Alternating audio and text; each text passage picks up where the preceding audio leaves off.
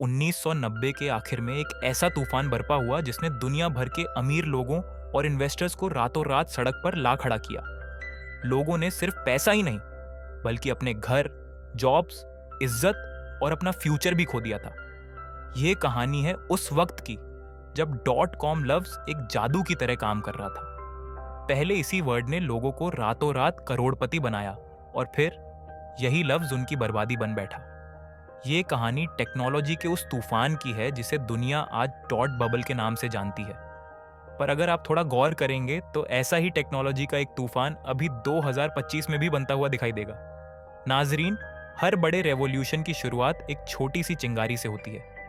Dot bubble की चिंगारी थी एक कंप्यूटर प्रोग्राम जिसका नाम था म्यूजिक।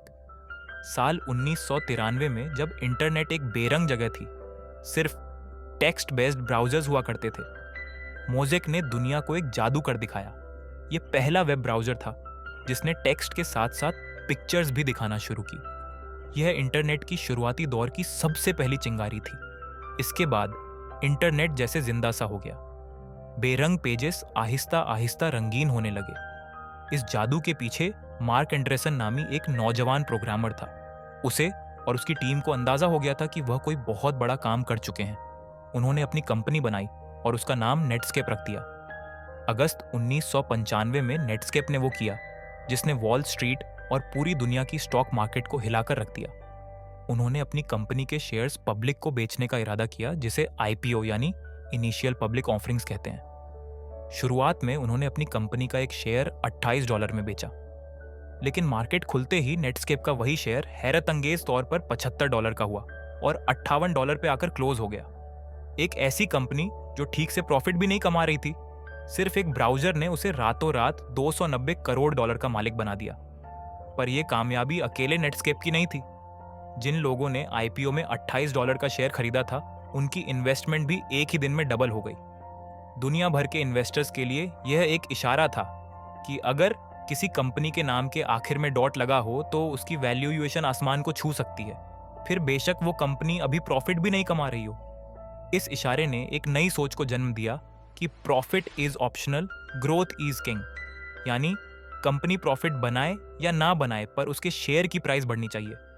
बस फिर क्या था, लोग हर उस कंपनी के शेयर्स खरीदने लगे जिसके आखिर में डॉट लगा होता। कंपनी के प्रॉफिट का शेयर हासिल करने के लिए नहीं, बल्कि शेयर की प्राइस बढ़ने पर उसकी ग्रोथ से मजे उठाने के लिए। नेटस्केप की कामयाबी के बाद .com गोल्ड रश शुरू हो गया। हर कोई इंटरनेट कंपनी शुरू कर रहा था। वेंचर कैपिटलिस्ट यानी वह लोग जो नई कंपनीज में पैसा लगाते हैं, आंखें बंद करके किसी पर भी अंधाधुंध पैसा लगा रहे थे।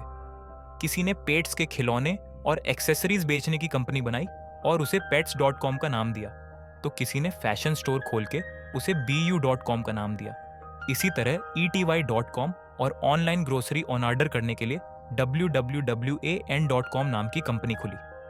बात यहां तक बढ़ गई कि सिर्फ 2-4 सालों के दौरान ईयर 1999 में 457 कंपनीज ने अपने आईपीओ एलची की, जिनमें ज्यादातर डॉट कंपनीज ही थीं और उनके शेयर्स पहले दिन ही 8,090% तक ऊपर जाने लगे। यह वो दौर था जब हर कोई खामखा अमीर हो रहा था। एक आम आदमी जो स्टॉक मार्केट के बारे में कुछ नहीं जानता, वह भी अपनी जिंदगी भर की जमा पूंजी डॉट कंपनीज के स्टॉक्स में लगा रहा था। इसको दीवानगी बोला जाए या पागलपन, पर इसे उस वक्त के अमेरिकन सेंट्रल बैंक के चेयरमैन एलानॉन ग्रीनस्पैन ने इरेशनल एक्सिबरेंस का नाम दिया, यानी गैर मंद की जोशो खरोश। उन्होंने इशारा दिया कि मार्केट में लालच हद से ज्यादा बढ़ चुकी है और यह एक गुब्बारे की तरह है जिसमें हवा भरती जा रही है और अब वह किसी भी वक्त फट सकता है। पर उस वक्त सबको बहुत फायदा हो रहा था, तो हर किसी ने मजाक बनाते हुए उनकी बात को टाल दिया। फोमो यानी फियर ऑफ मिसिंग आउट सब पर हावी था। कंपनीज के सीईओस खुद को रॉकस्टार समझ रहे थे। एक कंपनी थी bu.com जो ऑनलाइन फैशन आइटम्स बेचती थी। उन्होंने सिर्फ 6 महीनों में 188 मिलियन सिर्फ अय्याशी में जला दिए। एक और कंपनी थी पिजिलॉन, जिसने अपनी लॉन्च पार्टी पर लॉस वेगस में $1 मिलियन मशहूर बैंड्स की परफॉर्मेंस करके बहा दिए। ऐसी बहुत सारी कंपनीज थी जिनका ना कोई बिजनेस मॉडल था, ना उनकी वर्थ इतनी थी, पर उन्होंने महंगी पार्टीज करके अपनी मार्केटिंग की, अपनी प्रोडक्ट्स बेचने के लिए नहीं, बल्कि अपने शेयर्स बेचने के लिए।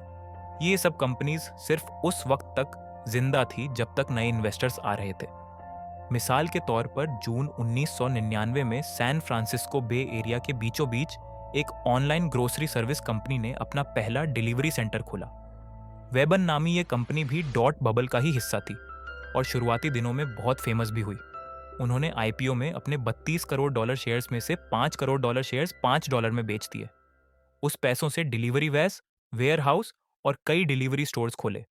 नए इन्वेस्टर्स को अट्रैक्ट करने के लिए उन्होंने एप्पल के एक एग्जीक्यूटिव को भी हायर कर लिया, जिससे मार्केट में एक इंप्रेशन गया कि इस कंपनी का फ्यूचर बहुत रोशन है। यह सब देखते हुए दुनिया भर के इन्वेस्टर्स ने वेबन के स्टॉक्स खरीदना शुरू कर दिए। देखते ही देखते वेब वैन के स्टॉक्स की कीमत दुगनी तिगनी हो गई और कंपनी की टोटल वैल्यू उस दौर में $1000 करोड़ तक जा पहुंची। सब कुछ ठीक चल रहा था, लेकिन आहिस्ता आहिस्ता फूलता हुआ ये बैलून अब अनकरीब फटने वाला था। इस डॉट बबल के फटने में कई चीजों ने अहम किरदार अदा किया। सबसे पहला था ईयर 2000 का खौफ। साल 1999 के आखिर में दुनिया में एक खौफ फैला, जिसे Y2K बग का नाम दिया गया। लोगों को डर था कि जैसे ही साल 1999 से 2000 होगा, पुराने कंप्यूटर सिस्टम्स दोबारा 1900 पे चले जाएंगे और सब कुछ क्रैश हो जाएगा। बैंक्स, इलेक्ट्रिसिटी, ट्रांसपोर्ट सब कुछ बिगड़ जाएगा। ऐसा कुछ हुआ तो नहीं, लेकिन इस खौफ ने मार्केट में एक अजीब सी बेचैनी पैदा कर दी और लोगों ने 2000 से पहले ही स्टॉक्स बेचना शुरू कर दिए। यह था इस बैलून में घुसने वाला पहला तिनका। दूसरा तिनका था इंटरेस्ट रेट का बढ़ना। फरवरी 2000 में एलन ग्रीनस्पैन, जो फेडरल रिजर्व के चेयरमैन थे, उन्होंने वो कदम उठाया जिसने स्टॉक मार्केट की कमर तोड़ दी। उन्होंने इंटरेस्ट रेट्स बढ़ा दिए, जिसका मतलब ये था कि अब बैंक से कर्जा लेने पर इंटरेस्ट रेट ज्यादा देना होगा, या अगर बैंक में पैसे रखे जाएंगे तो ज्यादा प्रॉफिट मिलेगा।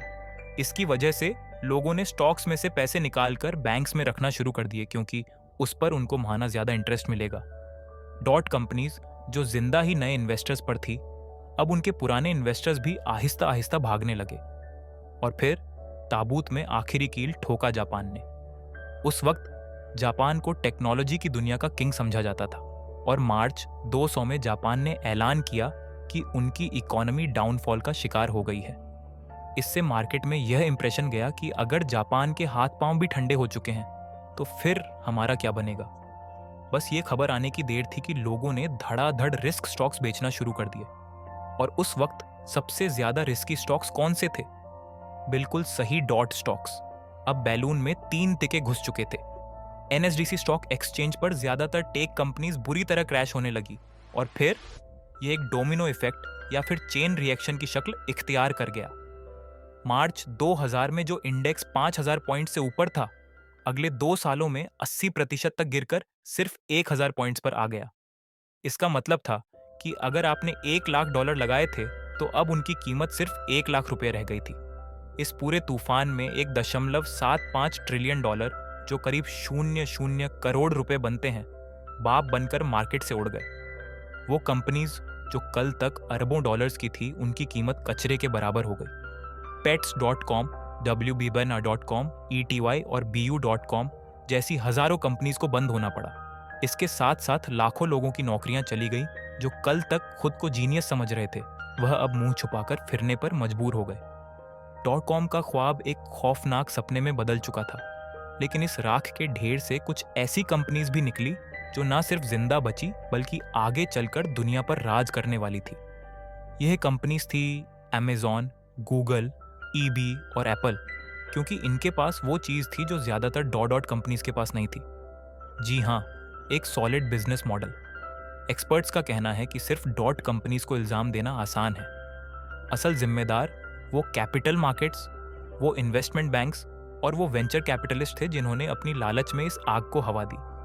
डॉट बबल इंटरनेट की तारीख का एक अहम और दर्दनाक सबक था। इसने दुनिया को सिखाया कि टेक्नोलॉजी कितनी भी रेवोल्यूशनरी क्यों ना हो, बिजनेस के बुनियादी उसूल हमेशा वही रहते हैं। पर हैरानी की बात है कि शायद दुनिया 25 साल पुराने इस तूफान से कोई सबक नहीं सीख सकी। आज 2025 में नई टेक्नोलॉजीज जैसा कि क्रिप्टो और एआई में भी करीब वैसा ही जोश देखा जा रहा है जैसा डॉट के दौर में देखा गया था।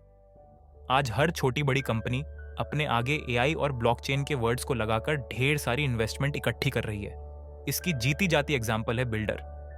2023 में वियतनाम के एक आलीशान 5 स्टार होटल में एक शानदार पार्टी हुई जिसमें दुनिया भर की मशहूर हस्तियां शामिल थी।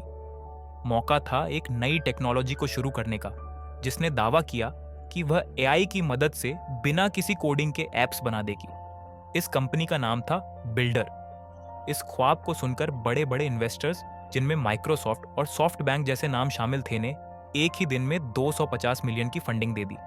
जल्द ही कंपनी की वैल्यूएशन 5 अरब डॉलर तक जा पहुंची और हर कोई इस टेक्नोलॉजी को एआई का मुस्तकबिल समझने लगा। लेकिन इस एआई के पर्दे के पीछे एक और ही कहानी चल रही थी। जब इस कंपनी की इन्वेस्टिगेशन की गई तो मालूम पड़ा कि यह ऐप्स असल में एआई से नहीं, बल्कि इंडिया, वियतनाम और रोमानिया जैसे मुल्कों में इंसानी इंजीनियर से बनवाई जा रही थी। बिल्डर तो सिर्फ एआई के नाम पर एक फ्रंट था। इसके अलावा कंपनी पर राउंड ट्रिप बिलिंग का इल्जाम भी लगा, जहां वो झूठी ट्रांजैक्शंस दिखाकर अपने रेवेन्यू को ज्यादा शो कर रहे थे। जब ये सारे राज खुले तो ये कहानी डॉट बबल की तरह लगने लगी और अभी इस कंपनी पर फ्रॉड की इन्वेस्टिगेशन चल रही है। क्या हमने हिस्ट्री से सबक सीखा है या हम एक नए और शायद पहले से भी बड़े बबल की तरफ बढ़ रहे हैं? इस बारे में आपकी क्या राय है? मुझे कमेंट सेक्शन में ज़रूर बताइएगा। उम्मीद है वर्ल्ड टीवी की ये वीडियो आप लोग भरपूर लाइक और शेयर करेंगे। मिलते हैं अगली शानदार वीडियो में।